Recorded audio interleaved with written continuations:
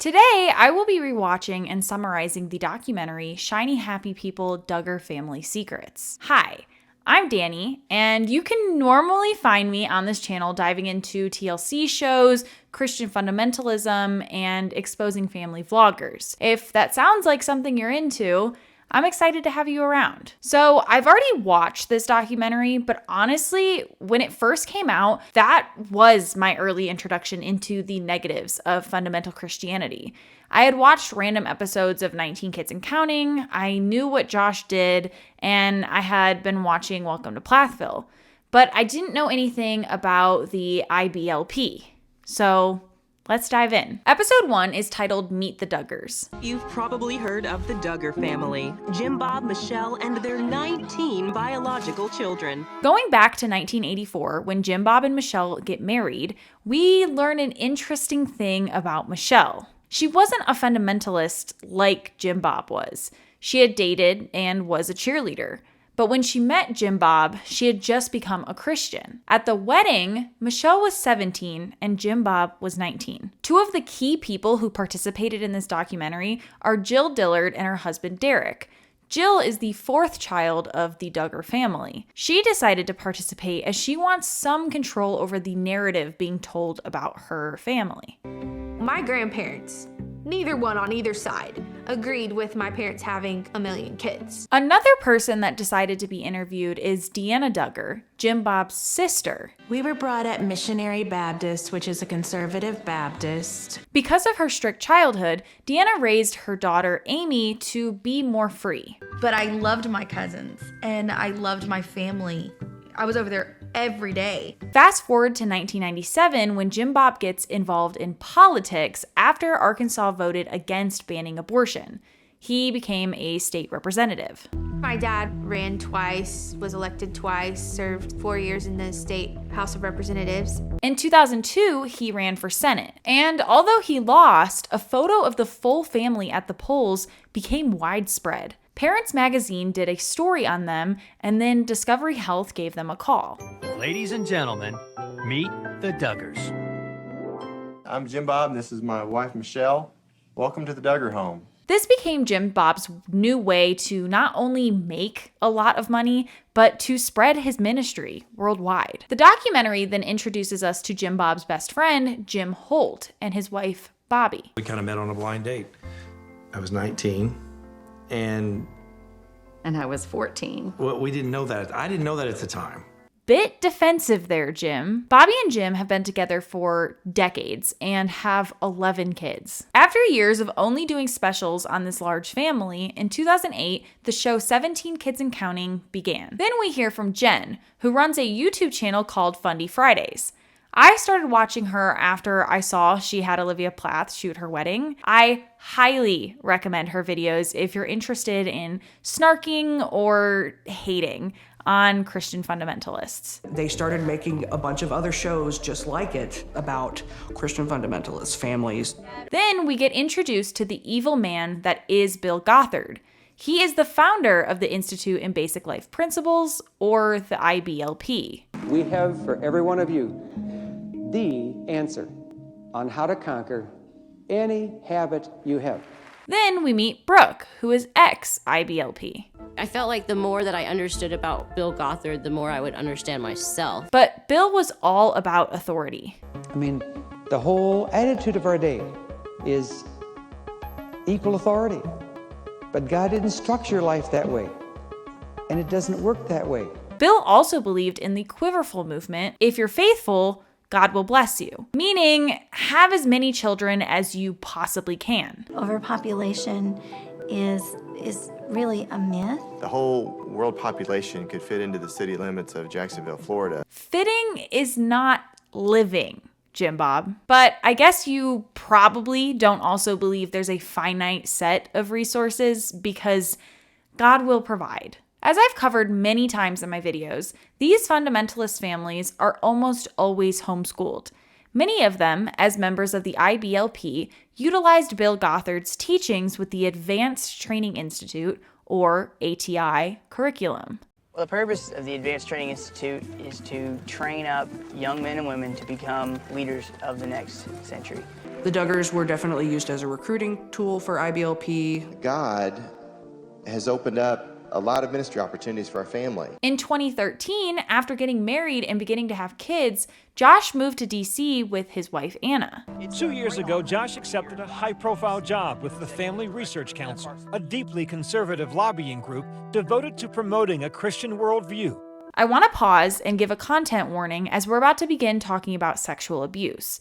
If you're not comfortable with this topic, I will say it is unfortunately something that will come up throughout this video, so it may be best for you to stop watching, and that is perfectly fine. After years of being this perfect Christian family, things drastically fell apart in 2015. Shocking accusations come to light that the eldest Duggar child sexually abused children. After an anonymous letter to the Oprah Winfrey Show, Oprah's team called the child abuse hotline. The police report from the time stated that 14 and 15-year-old Josh forcibly touched at least 5 girls, including his sisters. Nobody should have ever known about it, so I don't like talking about it.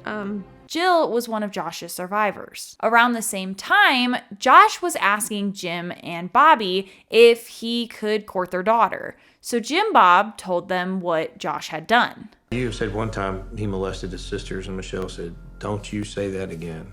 He had apparently been doing it since he was 12. So, unsurprisingly, but horrifically, the family hid Josh's crimes. To add to the horror, Jim Bob admitted they originally weren't going to tell them until after Josh married their daughter. Jim Bob even admitted he was hoping in marriage Josh would stop his behaviors. Jim then called out Jim Bob as he had passed a bill that required sex offenders to be registered as such and said Josh should also be registered. Jim Bob agreed to go to the station, and that is when the police report was created. However, it turned out the police officer was a friend of Jim Bob's, and he let Josh go. That same officer is now serving 56 years in prison for child pornography. To try and fix this troubled boy, they sent him to an IBLP camp. This all happened before the Parent magazine, so they're not a known family yet. He said, "Well, we're going to tell him that Josh is down there ministering." Jim Bob was delusional and believed Josh came back from the camp as a changed man. But due to an internet leak, it was discovered that Josh used a website to cheat on his wife. Porn star Danica Dillon came forward to describe what allegedly happened. Though it was consensual, it more or less felt like I was being. What I find so disgusting about all of this is not only did the lying not help the victims, who I fully believe deserve justice, but also privacy, but it didn't help Josh either. It taught him to hide his evil and to lie. But was this teaching from Jim Bob and Michelle, or is it from Bill Gothard? There's been so many people that have been hurt by this so-called ministry. And that takes us into episode 2, Growing Up Gothard. The photos we just saw are the various people who are now ex-IBLP and decided to be interviewed in this documentary. And these people are from all over, as Bill Gothard was very good at encouraging people to evangelize. They were to leave their seminar, go back to their home churches, be influences for that program. Going back to authority, Bill discusses the umbrella. If we get out from under that umbrella, we expose ourselves to the realm and the power of Satan's control. Going back to homeschooling and ATI, the curriculum included what were called wisdom booklets. I deeply am sorrowful for anyone who only had this material as an education, because it is no such thing. Bill claimed this curriculum to be equivalent to a high school diploma, a pre-law degree, and a pre-med degree. I have a friend of mine who was in ATI, and she said that she never learned math outside of fractions because her dad said, well, you use fractions in baking and that's good enough. These booklets allowed the rules Bill created to be taught as fact to all of its followers, and it quickly became a religion full of things people can't do. The characteristic offbeat in today's rock music has been traced to the satanic rituals in the jungles of West Africa. And because of this, many of the children raised in this religion remember being extremely fearful. I can't blame them, as I experienced anxiety just being in a non-denominational church. I didn't want to wake up and all of my family's clothes were left behind because I didn't truly believe Jesus was my savior. And speaking of clothes, that was highly controlled too.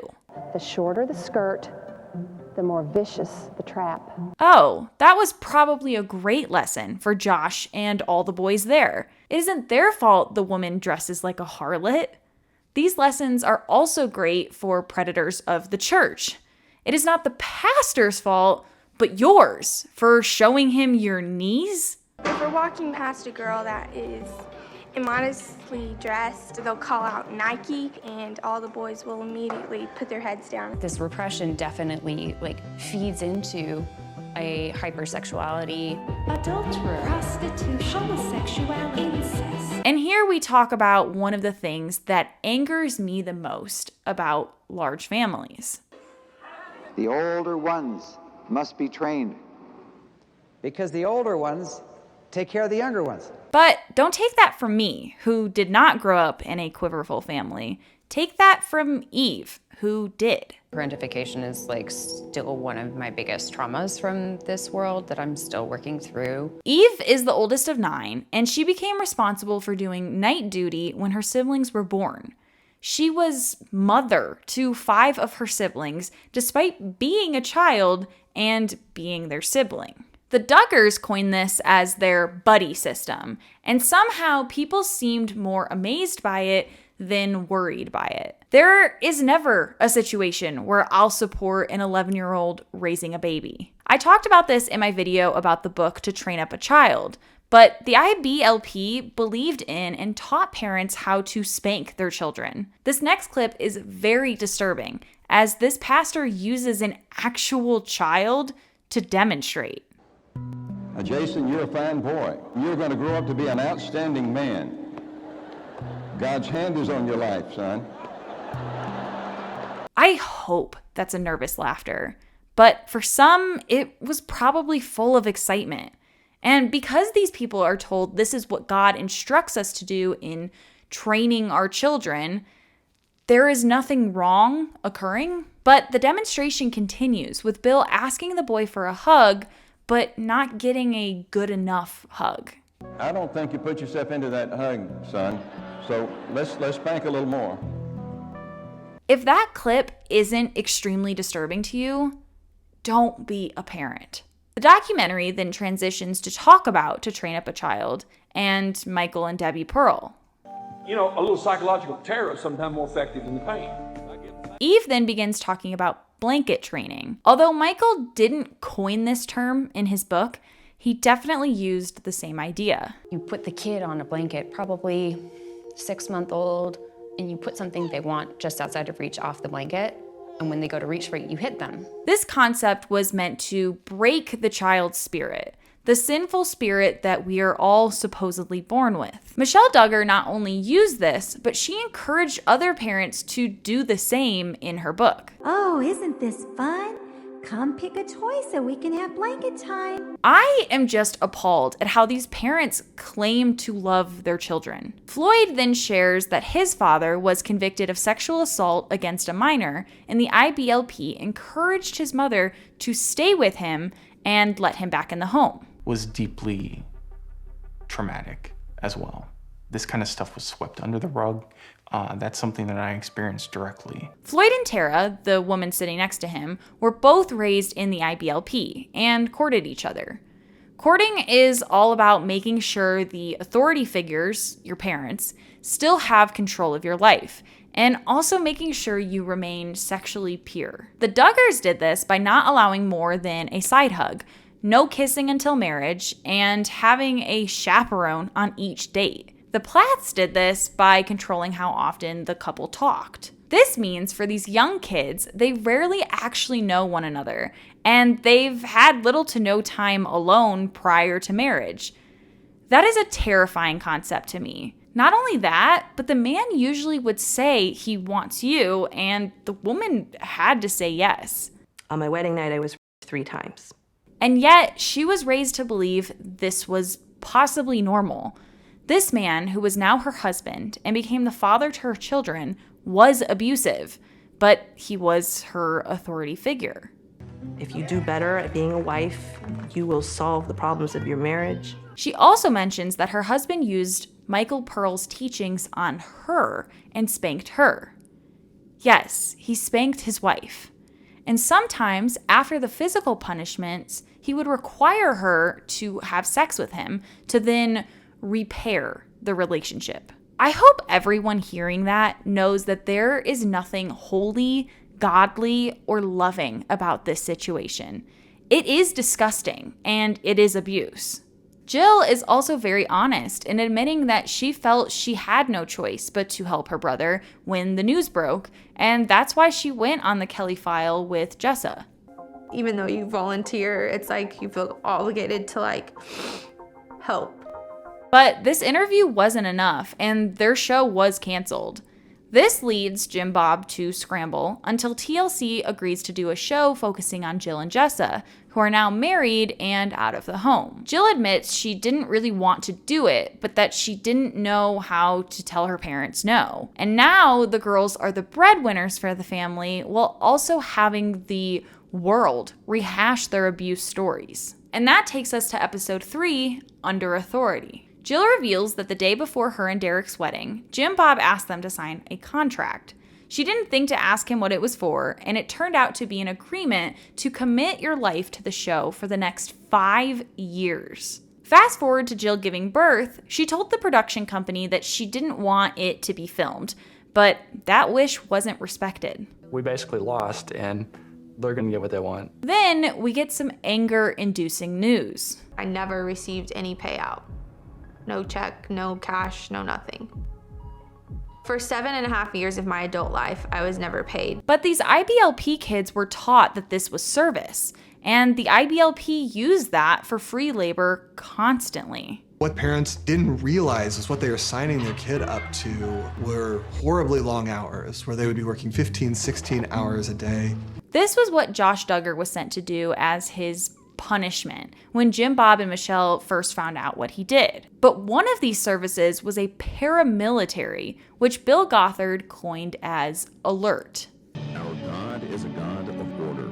He will continue to guide and control all that he has planned for our future. These camps were highly abusive, and many of those interviewed share their trauma. Laura was wearing a short heel and got locked in an empty hotel room for 4 days. Thought it was sinful and distracting to the men. And by a bit of a heel, I mean... Heather got her tampons taken away. These are a form of pleasure, and I got locked in my room because I took my own virginity with them and robbed my husband of the right to break my hymen. There were also things put in place that prevented kids from committing suicide because that became an issue. And while all of this was happening, Bill Gothard became richer and more powerful. He was close with politicians like Mike Huckabee, Sarah Palin, Sonny Perdue, Rick Perry. And the IBLP's biggest donor was none other than David Green, who is the CEO of Hobby Lobby. And with this power, his teachings continued to grow. They made it into public schools, prisons, military units, and police forces. And it wasn't just in the United States.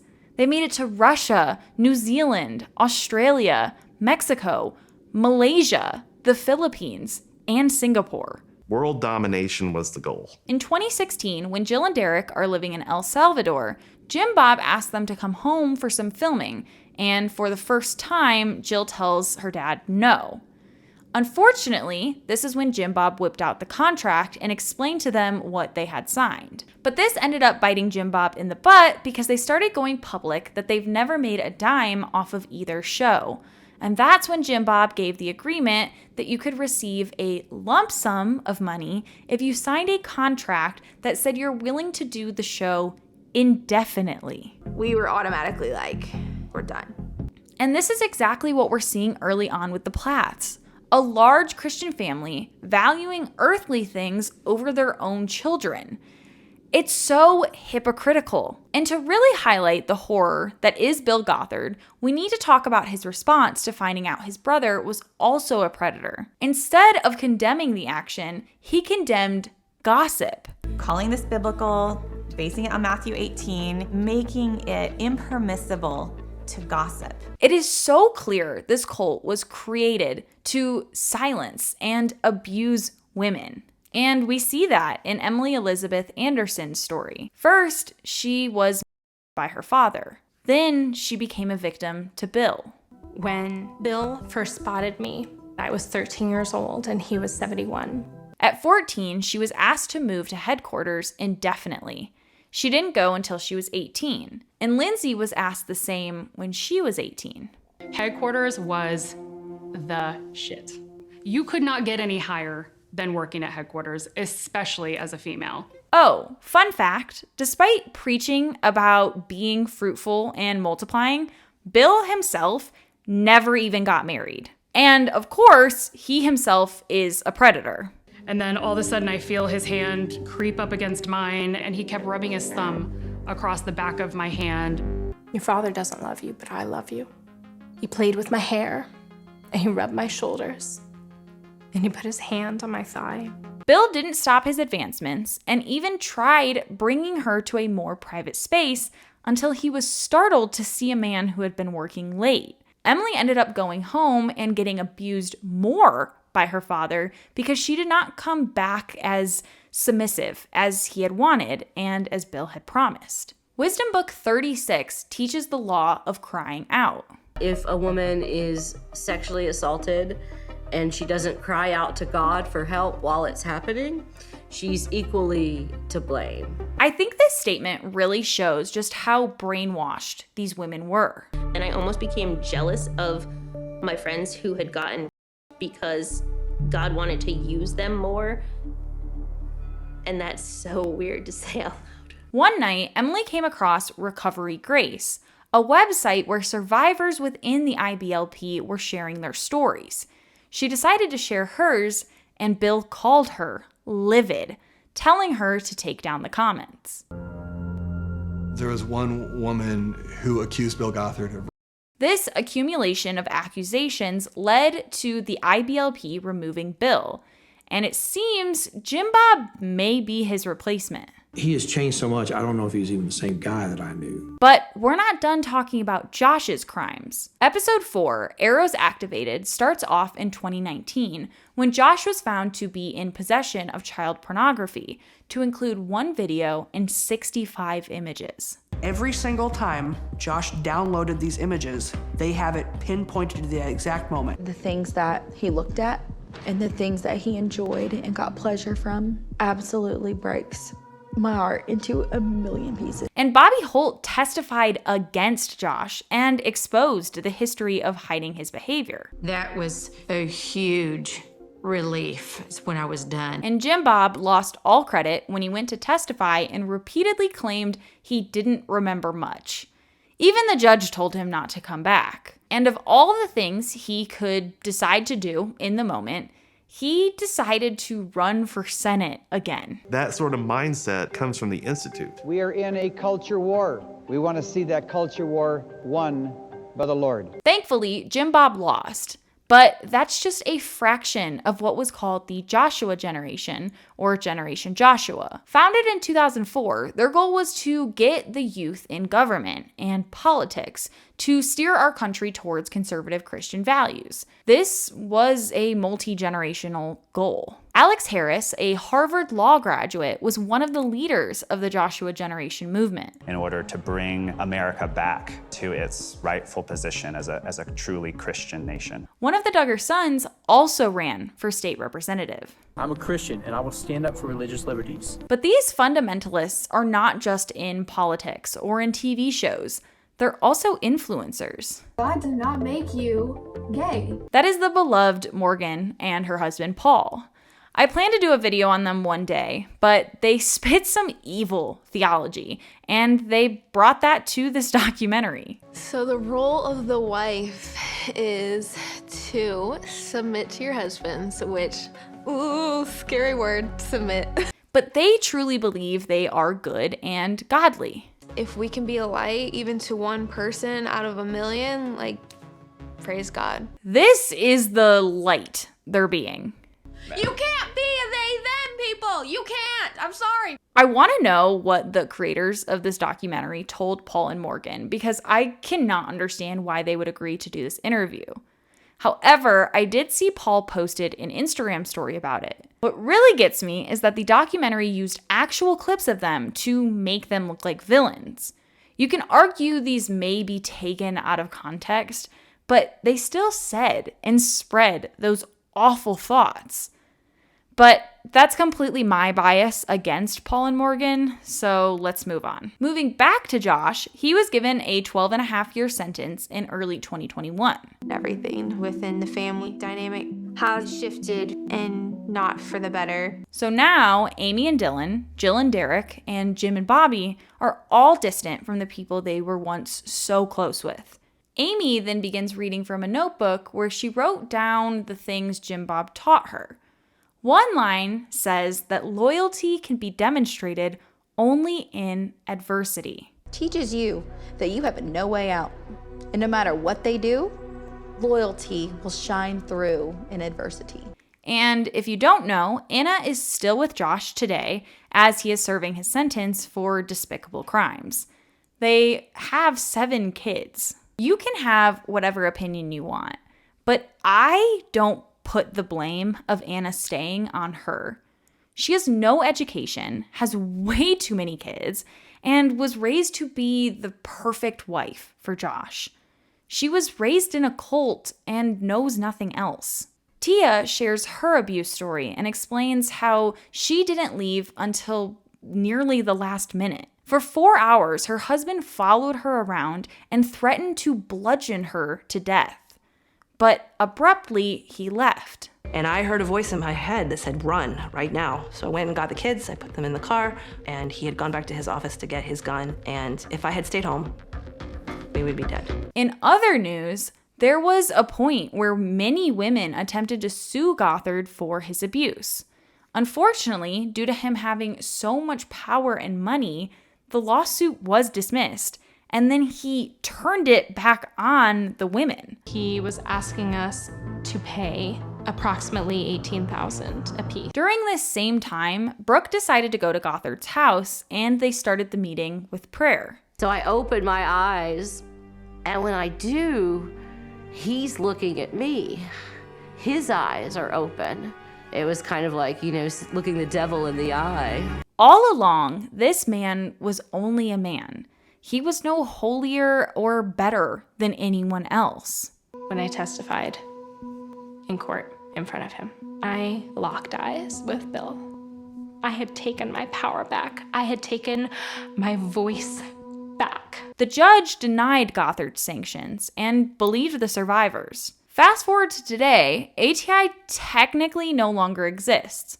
Instead of being a homeschooling program, it is advertised as a Bible study. But the survivors still live with the trauma of this cult. Tara and Floyd temporarily separated when he became an alcoholic. Laura ended up in jail for shoplifting. And Chad started going to therapy after having a panic attack at work. Thankfully, that didn't stop them from sharing their stories and working hard towards their success. Brooke now has her PhD, and Ginger Duggar has spoken out against the IBLP. I wake up sometimes thinking, this is my life. I made this. I made this for me, and no one told me I could or couldn't. And we'll end it with this powerful message from Chad. It turns out, as much as they try to control us, we were ultimately what they most feared, and all we had to do was talk. And that's Shiny Happy People, Duggar Family Secrets. Now, as for people's reaction to it, we already discussed how Paul felt. Jim Bob also released a statement. The recent documentary that talks about our family is sad because in it we see the media and those with ill intentions hurting people we love. Like other families, ours too has experienced the joys and heartbreaks of life, just in a very public format. This documentary paints so much and so many in a derogatory and sensationalized way because sadly, that's the direction of entertainment these days. We have always believed that the best chance to repair damaged relationships or to reconcile differences is through love in a private setting. We love every member in our family and will continue to do all we can to have a good relationship with each one. Through both the triumphs and the trials, we have clung to our faith all the more and discovered that through the love and grace of Jesus, we find strength, comfort, and purpose. I'll let Jen sum up my feelings on this. It's hurting people we love. Motherfucker, you hurt many people that you loved. Probably a dozen or so members of your own family.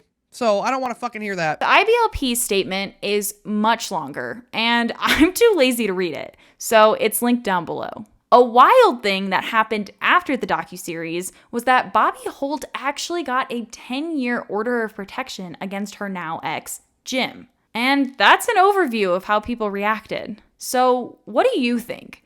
Would you define the IBLP as a cult? Do you think Amazon should do a season 2? Comment any and every thought you have below. Thanks for watching. Bye.